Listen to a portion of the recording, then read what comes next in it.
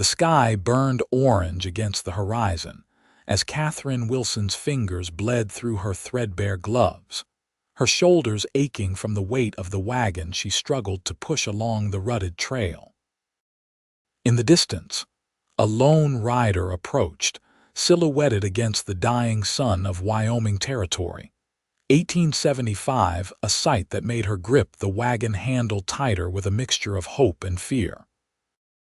Mason Abbott spotted her from half a mile away, a woman in a faded blue dress pushing a covered wagon along the barren stretch of road leading to Timber Creek. His first thought was that she must be either desperate or crazy to be out here alone, with nothing but sagebrush and danger for company. His second thought was that he couldn't just ride past. Katherine watched the stranger approach, noting his weathered Stetson, the well-worn leather chaps, and the confident way he sat astride his chestnut gelding. She had learned to be wary of strangers, especially men, since her father's passing 3 weeks prior. Everyone she'd encountered on this journey had either wanted something from her or tried to take advantage. "Madam," Mason called, tipping his hat as he dismounted. "Looks like you could use a hand." Katherine straightened her back, trying to appear stronger than she felt. "I'm managing just fine, thank you." Mason glanced at the wagon's broken axle that she'd haphazardly repaired with a branch and some rope, then at her raw, bleeding hands. "I can see that," he said, his voice soft but with a hint of amusement. "But I'm heading to Timber Creek myself, and it don't sit right with me to leave a lady struggling alone." Before she could protest further, he stepped forward and took hold of the wagon handle beside her hand. The weight immediately shifted, the burden suddenly lighter as his strength took over. "I don't have money to pay you," Katherine said bluntly. "Wasn't asking for any," Mason replied, giving the wagon an experimental push. "Where's your oxen?" "Stolen 2 days ago," she answered, reluctance giving way to the practical need for assistance. "Along with my horse." Mason's jaw tightened. "Rustlers?" Katherine nodded. 3 men. They took the animals but left the wagon, said a woman alone had no business heading west anyway. "Well, they were wrong about that," Mason said, his eyes meeting hers with unexpected warmth. "I'm Mason Abbott, Katherine Wilson," she replied, hesitating before adding, "My father and I were heading to meet my uncle in Timber Creek. Pa passed from fever 3 weeks back." Mason's expression softened. "I'm sorry to hear that, Miss Wilson. Timber Creek's still about 10 miles from here. We can hitch your wagon to my horse, won't be fast, but it'll beat pushing it." For the first time in weeks, Katherine felt something close to hope. "Thank you, Mr. Abbott." "Mason," he corrected, already untying his horse's reins. "Out here, formalities don't mean much." As Mason worked to secure the wagon to his horse, Katherine observed him carefully. He moved with the easy confidence of a man accustomed to solving problems, his strong hands working deftly with the ropes. She noted the gun on his hip, worn but well-maintained, and the way his eyes constantly scanned the horizon, a habit born of survival. "You've been pushing this wagon alone for days?" Mason asked, genuine admiration in his voice. "Had no choice," Katherine replied simply. "Everything I own is in there," Mason nodded, understanding the desperation that drove her. "My ranch is about 2 miles outside of town. We'll rest there tonight, then I'll take you to your uncle's place tomorrow." Katherine wanted to protest, to insist they continue straight to town, but exhaustion pulled at every muscle in her body. "That's very kind of you." "It's what neighbors do," Mason said, though they were hardly neighbors yet. He finished securing the last rope and stepped back to inspect his work. "Should hold. We'll walk beside it, give Thunder here a fighting chance with the load." As they set off, the wagon creaking behind Mason's patient horse, Katherine found herself studying his profile. He wasn't handsome in the conventional way her suitors back east had been, but there was something compelling about his sun-weathered face, the quiet strength in his bearing. "How long have you been in Wyoming Territory?" she asked, breaking the silence that had fallen between them. "Going on 5 years now," Mason replied. "Came out after the war with nothing but thunder and the clothes on my back. Started as a ranch hand, saved enough to buy my own place 2 years ago." "You fought in the war," Mason nodded, his expression turning distant. "Union cavalry. Not something I care to remember much." Katherine understood. Her father had served too and came back changed. "My uncle, my mother's brother, came west right after the war. He writes about how beautiful it is here." "It is that," Mason agreed, his face lightening. "Brutal sometimes, but honest in its way. Land doesn't lie to you or pretend to be something it's not." "Unlike people," Katherine thought but didn't say. As they walked, Katherine felt her guard slowly lowering. There was something steadying about Mason's presence, the quiet way he pointed out landmarks, the respectful distance he maintained, the absence of prying questions. The sun was setting by the time a small ranch house came into view, nestled against a backdrop of pine-covered hills. A barn stood nearby, with a corral where several horses grazed. It wasn't grand, but it was well maintained, the mark of a man who took pride in his work. "It's not much," Mason said, misinterpreting her silence for disappointment, "but it's home."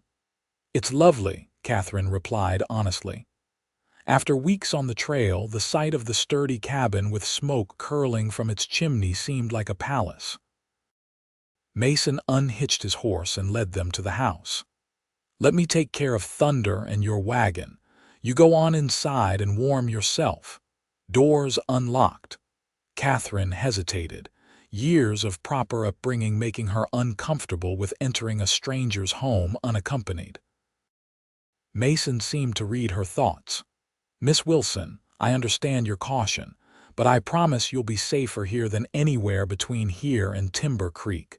The coffee pot's on the stove, cups in the cabinet above. Make yourself at home." Something in his earnest expression convinced her. Katherine nodded and made her way to the cabin door, aware of Mason leading the horse and wagon toward the barn. The inside of the cabin was unexpectedly tidy for a bachelor's dwelling. A stone fireplace dominated one wall, with a wooden table and chairs in the center. Bookshelves lined another wall, surprising Katherine with their number and variety. A closed door presumably led to a bedroom, while cooking implements hung neatly from hooks near a cast-iron stove. Katherine moved to the stove, finding the coffee pot still warm. The simple act of pouring herself a cup felt luxurious after weeks of hasty camps and cold meals. She sank into a chair at the table, allowing herself a moment of respite. She must have dozed off, because Mason's entrance startled her. He carried a bundle of her belongings from the wagon. "Thought you might want your personal things," he explained, setting the bundle on the table. "Rest is secure in the barn." "Thank you." Katherine straightened, embarrassed to have been caught sleeping. "Your home is very comfortable." Mason looked around as if seeing it through her eyes. "It does the job." He moved to the stove, stoking the fire and adding another log. "Are you hungry? I've got venison stew I can heat up." The mention of real food made Katherine's stomach rumble audibly. She blushed, but Mason just smiled. "I'll take that as a yes," he said, reaching for a pot hanging nearby. As Mason prepared the meal, Katherine found herself studying the books on his shelves: Homer's Odyssey, Thoreau's Walden, and surprisingly, several volumes of poetry. "You're an educated man, Mr. Abbott," she observed. Mason glanced at the shelves. "My mother was a schoolteacher. She believed reading was as important as breathing." He stirred the stew. "What about you? What did you do before heading west?" "I taught at a girls' school in Boston," Katherine replied. "After Mother died, it was just Father and me." When he decided to join Uncle Robert in Wyoming, I had little reason to stay behind. Mason nodded thoughtfully. Teaching's valuable out here. Town's growing lots of families with children. They're always looking for qualified teachers. The possibility hadn't occurred to Katherine. She'd been so focused on reaching her uncle, on survival, that she hadn't thought beyond arrival. They ate at the table. The venison stew rich and flavorful, the best meal Katherine had enjoyed in weeks. Mason asked about her journey, listening intently as she described the challenges she'd faced since her father's death. "You're tougher than most men I know," he said when she finished, respect evident in his voice. "Pushing that wagon alone for days takes grit." "I didn't have much choice," Katherine said, but she felt a flicker of pride at his words. After dinner, Mason insisted Katherine take the bedroom while he slept by the fire. Too exhausted to argue propriety, she accepted gratefully. The bedroom, like the rest of the cabin, was simple but clean.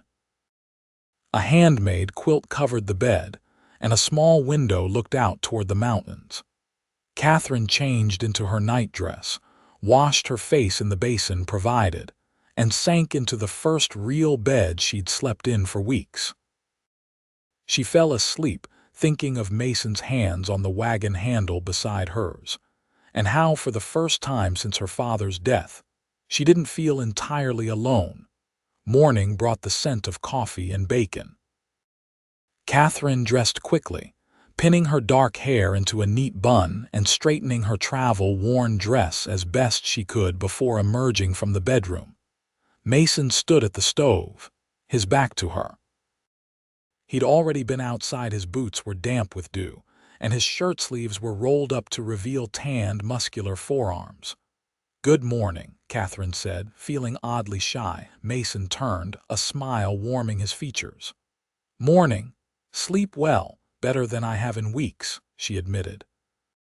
"Thank you." They ate breakfast together, discussing the plan to reach town and locate her uncle. Katherine found herself reluctant to leave the peaceful sanctuary of Mason's cabin, but she knew her uncle would be worried when she didn't arrive as scheduled. "Your Uncle Robert, would that be Robert Chambers?" Mason asked suddenly. Katherine looked up in surprise. "Yes, do you know him?" Mason's expression grew serious. "Everyone in these parts knows Robert. He's a good man." He hesitated. "But there's something you should know. There was a fire at his place about 2 weeks ago. He wasn't hurt, but the house was damaged pretty bad." Katherine's heart sank. "Oh no, where is he staying now?" "Town hotel, last I heard. He's been working to rebuild." Mason reached across the table, his hand stopping just short of touching hers. "Don't worry, the town's been helping. That's how things work out here." The news only reinforced Katherine's determination to reach her uncle quickly. After breakfast, they hitched Mason's horse to her wagon again and set out for Timber Creek. The ride into town took just over an hour, with Mason pointing out landmarks along the way. Katherine found herself enjoying his commentary, the way he described the land with obvious love, the stories he told about local characters and places. Timber Creek itself was smaller than Katherine had imagined, a single main street with wooden buildings on either side, a church steeple visible at one end. People moved about their business, several stopping to nod or call greetings to Mason as they passed. They headed straight for the hotel, a 2-story structure with Timber Creek Hotel painted across its facade. Mason helped Katherine down from the wagon, his hands strong and steady at her waist. Inside, the hotel proprietor directed them to a table in the corner of the dining room where a gray-haired man sat alone, reviewing papers. "Uncle Robert," Katherine called, emotion welling in her throat. Robert Chambers looked up, confusion giving way to astonished joy. "Katherine." He rose quickly, embracing her tightly. "My dear girl, we've been so worried. Your last letter said you'd arrive 2 weeks ago. And where is your father?" Catherine's eyes filled with tears as she explained her father's death and the subsequent hardships of her journey. Robert listened with growing distress, his arm around her shoulders. "And then Mr. Abbott found me yesterday," Katherine concluded, turning toward Mason, who stood respectfully nearby. "He brought me the rest of the way." Robert extended his hand to Mason. "Abbott, I don't know how to thank you." "No thanks needed," Mason replied, shaking the offered hand. "Anyone would have done the same." "Not anyone," Robert said firmly. "You must join us for dinner tonight. It's the least I can do." Mason glanced at Katherine, something unreadable in his expression. "That's kind of you, but I should be getting back to my place. Got chores waiting." Katherine felt a strange disappointment at his imminent departure. "At least let us buy you lunch before you go." Mason hesitated, then nodded. "I'd like that." Over lunch, Robert explained his situation. The fire had started in the barn and spread to the house. The community had rallied, helping him salvage what could be saved and begin rebuilding. "It's nearly habitable now," Robert said. "Another week of work should do it. In the meantime, I've taken 2 rooms here, one for me and one in anticipation of your arrival with your father." His face softened with sadness. "I'm so sorry about William, Katherine. He was a good man." "Yes, he was," Katherine agreed quietly. Mason listened to their conversation, contributing occasionally but mostly observing. Katherine found her gaze repeatedly drawn to him, appreciating anew his quiet strength and kindness. When lunch ended, Mason rose to leave. "I should get back." "Miss Wilson, your wagon's outside with your belongings. Mr. Chambers, good to see you again." Katherine walked him outside, suddenly reluctant to see him go. "Thank you again, Mr. Abbott. I don't know what would have happened if you hadn't come along." Mason looked down at her, his expression softening. "You'd have made it. You're stronger than you know." He hesitated, then added, "If you need anything at all, my place isn't far." "I'll remember that," Katherine promised. She watched him ride away, his straight-backed figure growing smaller against the landscape, until Uncle Robert called her inside to get settled. The following days were a blur of activity. Robert took Katherine to see the partially rebuilt house, a sturdy structure about a mile outside of town. Workers called greetings as they arrived, and Katherine was struck by the sense of community that permeated every interaction. Mason Abbott was one of the first to help after the fire, Robert mentioned casually as they toured the property. Brought lumber from his own stores and stayed 3 days straight to help with the framing. Katherine absorbed this information, adding it to her growing understanding of the man who had come to her aid. A week passed, then 2. Katherine settled into life in Timber Creek, helping at the local store while the house was completed.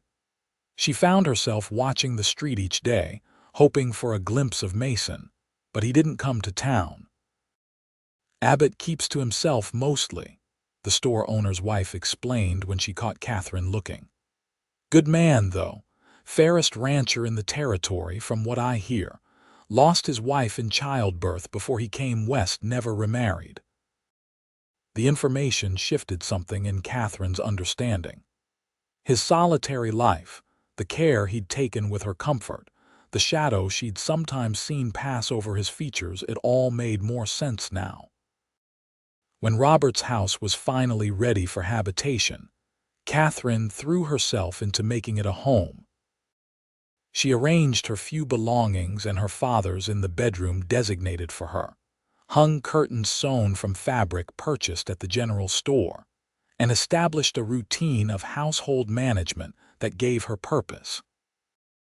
Robert proved to be excellent company, kind, intelligent, and genuinely interested in her well-being.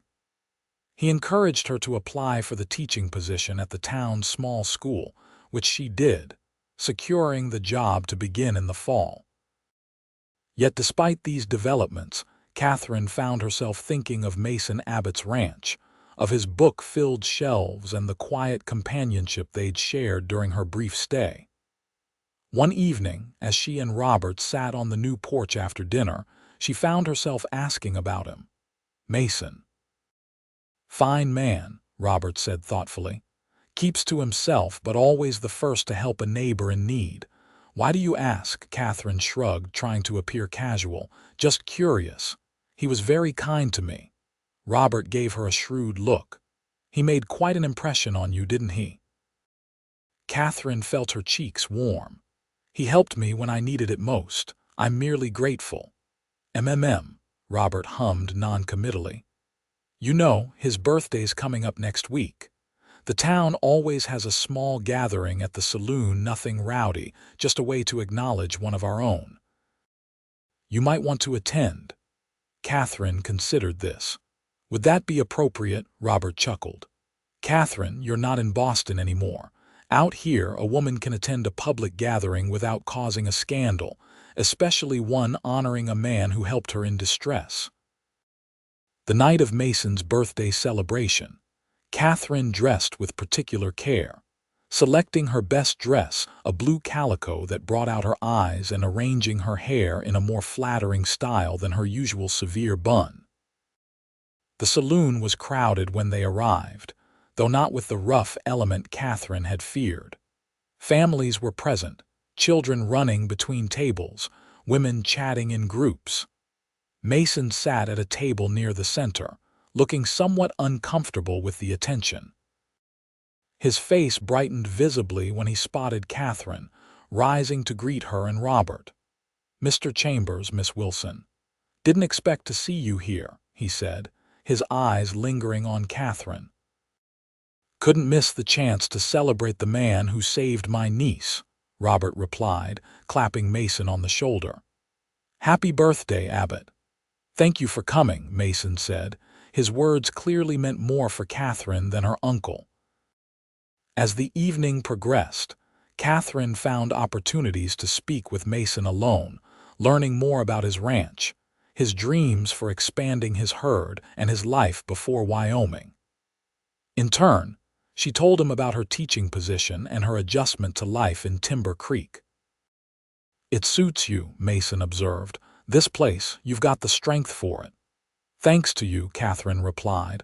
If you hadn't helped me that day, Mason shook his head. I just gave you a hand, you were already making your way. Their conversation was interrupted by calls for Mason to make a speech. Reluctantly, he stood, thanking everyone for coming and quickly sitting back down amid good-natured laughter at his brevity. As the celebration wound down, Mason approached Katherine again. Miss Wilson, I was wondering if you might like to see how your wagon's holding up. I made some repairs to it after you left. Katherine recognized the invitation for what it was. I'd like that very much. Perhaps Sunday after church. Mason's smile reached his eyes. Sunday it is. Sunday dawned clear and bright. After church services, Katherine changed into a simpler dress appropriate for a visit to a ranch. Robert, with a knowing smile, waved her off as Mason arrived with his wagon to collect her. The ride to Mason's ranch was filled with easy conversation. Katherine found herself relaxing in his company, appreciating his straightforward manner and thoughtful observations. When they arrived, she was struck by how the place already felt familiar, almost like coming home. The wagon's in the barn, Mason said, helping her down. But I thought you might like to see the rest of the place first. He showed her the improvements he'd made since her visit: a new corral for breaking horses, an expanded chicken coop, a vegetable garden just beginning to sprout. You've done all this yourself? Katherine asked, impressed by the scope of his achievements. Mostly, Mason admitted. Had help with the bigger projects. That's how it works out here. Neighbors help neighbors. Inside the cabin, Katherine noticed new curtains at the windows and a rocking chair by the fire that hadn't been there before. Place needed some touches, Mason said, looking slightly embarrassed when she commented on the changes. Feels empty sometimes. They had coffee at his table, and Katherine found herself telling Mason things she'd never shared with anyone: her fears after her father's death, her doubts about her decision to come west, her growing love for this rugged, beautiful land. Mason listened intently, offering his own thoughts and experiences in return. As afternoon stretched toward evening, Katherine realized they'd been talking for hours, the wagon inspection entirely forgotten. "I should get you back," Mason said reluctantly, noting the lengthening shadows. Katherine nodded, though she was loath to leave. "Thank you for today. It was lovely." As Mason helped her into the wagon for the return journey, his hand lingered on hers. "Katherine," he said, using her given name for the first time, "I'd like to call on you properly, if that would be acceptable." Katherine felt warmth spread through her chest. "It would be very acceptable, Mason." The weeks that followed established a pattern. Mason called on Katherine regularly, taking her on rides through the countryside, joining her and Robert for dinner, escorting her to town events. Timber Creek watched their courtship with approving eyes. The respected rancher and the new schoolteacher were a good match in everyone's estimation. Katherine found herself falling in love with Mason's quiet strength, his unwavering integrity, and the gentle way he listened to her thoughts and dreams as if they were precious things. For his part, Mason seemed to bloom under Katherine's attention, smiling more readily, engaging more with the community. One evening in late summer, as they walked along the creek that gave the town its name, Mason stopped beneath a towering cottonwood tree. "Katherine," he said, his voice serious. "There's something I need to tell you." Katherine's heart quickened, uncertain what was coming. "That day I found you on the road, I'd been thinking of selling my ranch, heading further west. I was restless, unsatisfied." Mason took her hands in his. "But then I saw you pushing that wagon all alone, and something changed. I took that handle and it was like I was finally where I was supposed to be." Katherine's eyes filled with tears. "Mason, I love you, Katherine Wilson. I think I started falling in love with you the moment I saw you fighting to push that wagon by yourself, too stubborn to give up." He squeezed her hands gently. "I don't have much to offer except a small ranch and a man who promises never to let go of that handle we grabbed together." "That's everything I could want," Katherine whispered, her heart overflowing. "I love you too, Mason." Their wedding took place in October, with the aspen trees blazing gold against the mountains. The entire town turned out, celebrating the union of two people who had found each other against the odds on a dusty Wyoming road. Robert gave the bride away, beaming with pride and satisfaction at seeing his niece so radiantly happy. The schoolchildren presented Katherine with a quilt they had made under the guidance of the town's women, each square representing a wish for the couple's future. As Mason and Katherine exchanged vows, her mind flashed back to that desperate day on the road, when a stranger on horseback appeared like an answer to an unspoken prayer. How strange that the lowest point of her journey had led her to the greatest happiness she'd ever known. After the ceremony, Mason surprised Katherine by presenting her with a gift: the handle from her wagon, polished and mounted on a plaque with their names and the date they met engraved below. "So we never forget," he said softly. "The day I took hold and promised never to let go." 5 years later, Mason and Katherine Abbott stood on the porch of their expanded ranch house, watching their twin 3-year-old daughters chase butterflies in the front yard while their infant son slept in Katherine's arms.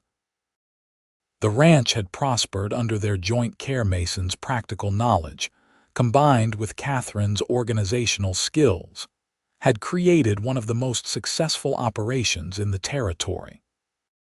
Katherine still taught at the school 3 days a week, having trained another teacher to share the duties after the twins were born. "Think we made the right choice," Mason asked, his arm around her waist as they observed their little kingdom. Katherine leaned into his strength, the same steady presence that had appeared on the road that fateful day. The best choice, for all of us. In the distance, a wagon approached Robert coming for his weekly visit with his grandnieces and nephew. The girls spotted him and raced down the drive, their excited voices carrying back to the porch. "You know," Mason said thoughtfully, "I sometimes think about what would have happened if I'd taken a different route that day, if I'd never seen you struggling with that wagon." Katherine shook her head. "I don't believe that would have happened. Some things are meant to be, Mason Abbott.